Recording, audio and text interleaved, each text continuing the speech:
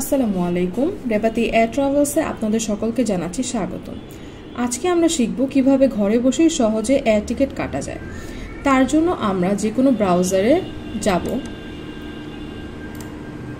আমরা ব্রাউজারে গিয়ে এখন টাইপ করব rebati.xyz।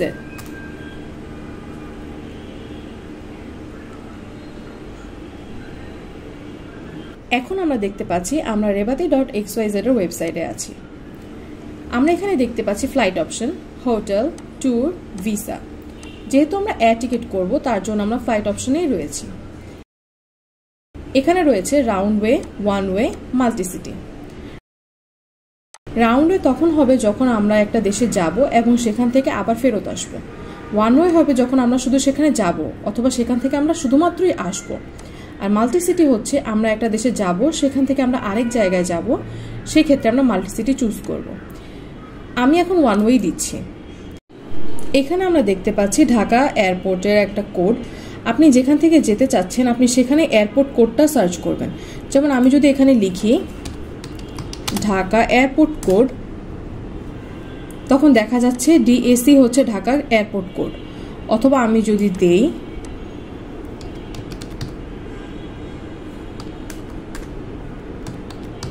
রাজশাহী এয়ারপোর্ট কোড, তখন আমি পেয়ে যাচ্ছি RJH।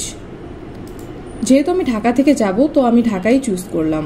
এরপর আমি কোথায় যাচ্ছি, আমি যাচ্ছি, যদি আমি দিই আমি জেদ্দা যাচ্ছি।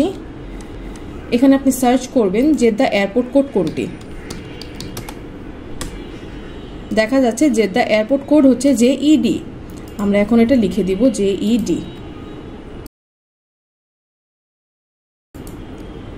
আপনি কত তারিখে যেতে চাচ্ছেন আপনি সেটা চয়েস করবেন। 25 তারিখে আমি যেতে চাচ্ছি। আপনি এখানে দেখতে পাচ্ছেন অ্যাডাল্ট, চাইল্ড, ইনফ্যান্ট। যদি আপনি 12 বছরের উপরে হন তখন আপনি অ্যাডাল্ট, 23 মাস থেকে 12 বছর পর্যন্ত হবে চাইল্ড এবং 0 থেকে 23 মাস পর্যন্ত হবে ইনফ্যান্ট। এখন যেহেতু আমি যাচ্ছি অ্যাডাল্ট 12 বছরের উপরে, তাই আমি অ্যাডাল্ট চুজ করলাম। নিচে দেখা যাচ্ছে ইকোনমি। এখানে আপনি দেখতে পারবেন আপনি কোন ক্লাসে যেতে চাচ্ছেন সেটা আপনি চয়েস করতে পারবেন। Premium economy, business, premium business, first class, premium first class. আমি ইকোনমি সিলেক্ট করলাম। এখন দেব সার্চ ফর ফ্লাইট। এখন দেখুন এখানে আমাদের অনেকগুলো ফ্লাইট অপশন রয়েছে, যেখানে রয়েছে air India, US Bangla, Oman air, Emirates, Saudi Arabian airlines, বিমান বাংলাদেশ। এখন আপনি যেই টিকেটে যেতে চাচ্ছেন, যেই এয়ারলাইন্সে যেতে চাচ্ছেন সেই এয়ারলাইন্সটা আপনি চুজ করবেন। ধরেন আমি US বাংলায় যেতে চাচ্ছি, তখন আমি US বাংলাতে সিলেক্ট করলাম।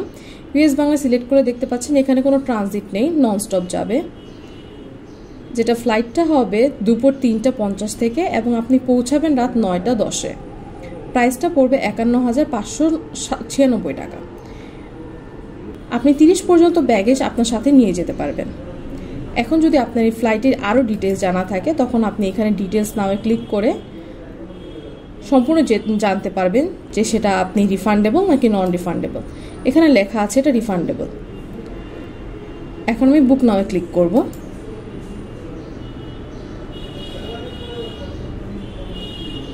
এখানে আমাদের পুরো ইনভয়েসটা দেওয়া আছে, বেস ফেয়ার কত, ট্যাক্স কত, টোটাল কস্টটা কত সেখানে আপনি পাচ্ছেন।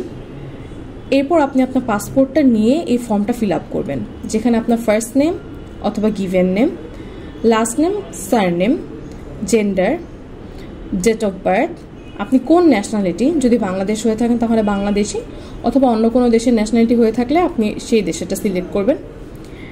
এরপর পাসপোর্ট নাম্বার দিবেন। আপনার পাসপোর্টে লেখা থাকবে এক্সপায়ারি ডেট কবে, আপনি সেটা সিলেক্ট করবেন। এরপর আপনি আপনার ইমেইল এবং ফোন নাম্বার দিয়ে টিক দিবেন, by completing this booking agree our terms and condition, privacy policy, refund and cancellation policy.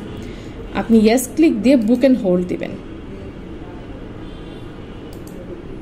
এভাবেই আমরা খুব সহজে কিভাবে ঘরে বসেই এয়ার টিকিট কাটতে হয় সেটা সম্পর্কে জানতে পারলাম। আশা করছি আপনারা খুব সহজেই নিজের টিকিট নিজে ক্রয় করতে পারবেন। এই ভিডিওতে আমরা দেখতে পেলাম কিভাবে আমরা এয়ার টিকিট বুক করব। পরবর্তী ভিডিওতে আমরা দেখব কিভাবে আমরা টাকা পেমেন্ট করব। সেই পর্যন্ত আমাদের সঙ্গেই থাকুন। ধন্যবাদ।